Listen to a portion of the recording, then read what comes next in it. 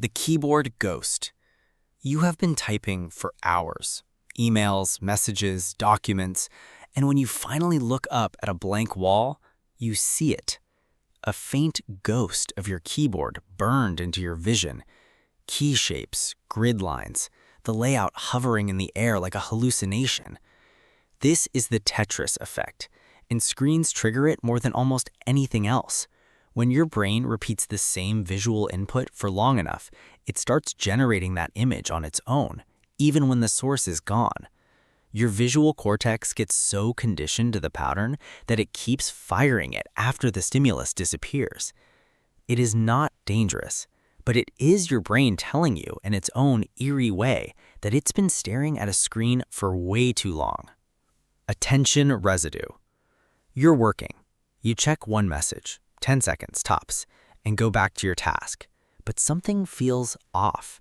Your thinking is slower, slightly blurred, like trying to read through frosted glass. This is the attention residue. Research by organizational psychologist Sophie Leroy shows that when you switch tasks, even briefly, your brain doesn't fully make the transition.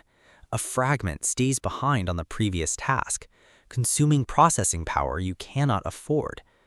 Check your phone 4 times in an hour, and you're not working with a full brain anymore. You're working with whatever's left after 4 partial context switches. Deep thinking requires sustained, uninterrupted attention. Every interruption is a tax, and most people are paying it dozens of times a day without realizing it. Phantom vibration syndrome. Your phone is in your pocket. You feel it buzz. You pull it out. Nothing. No notification, no missed call, just silence and a faint sense of embarrassment. This is not paranoia. This is your nervous system misfiring because it's been conditioned to anticipate a reward. Your brain knows that a buzz means dopamine is coming, so it starts pattern matching anything that feels remotely like a vibration, a muscle twitch, fabric shifting, your own heartbeat, and flags it as a notification. The more dependent you are on your phone for social validation, the more frequently this glitch fires. You've essentially trained your nervous system to hallucinate alerts. The "why did I open this app" loop. You pick up your phone to check the weather. A notification catches your eye. You tap it. Now you're in a comment thread about something you don't care about, and 3 minutes have passed. This is the doorway effect gone digital.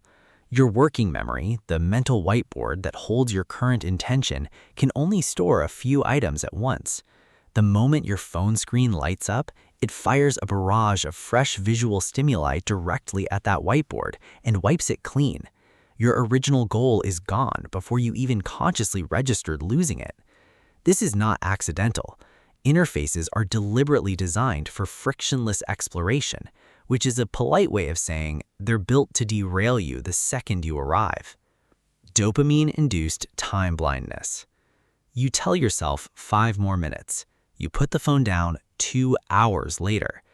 This is not a willpower failure. It's a biological hijack.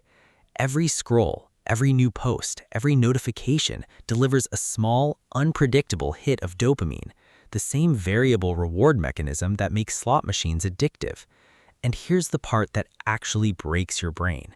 High dopamine activity physically distorts your internal clock.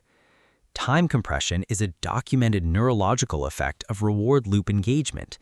Your brain isn't tracking minutes anymore. It's chasing the next hit. The feed isn't designed to satisfy you.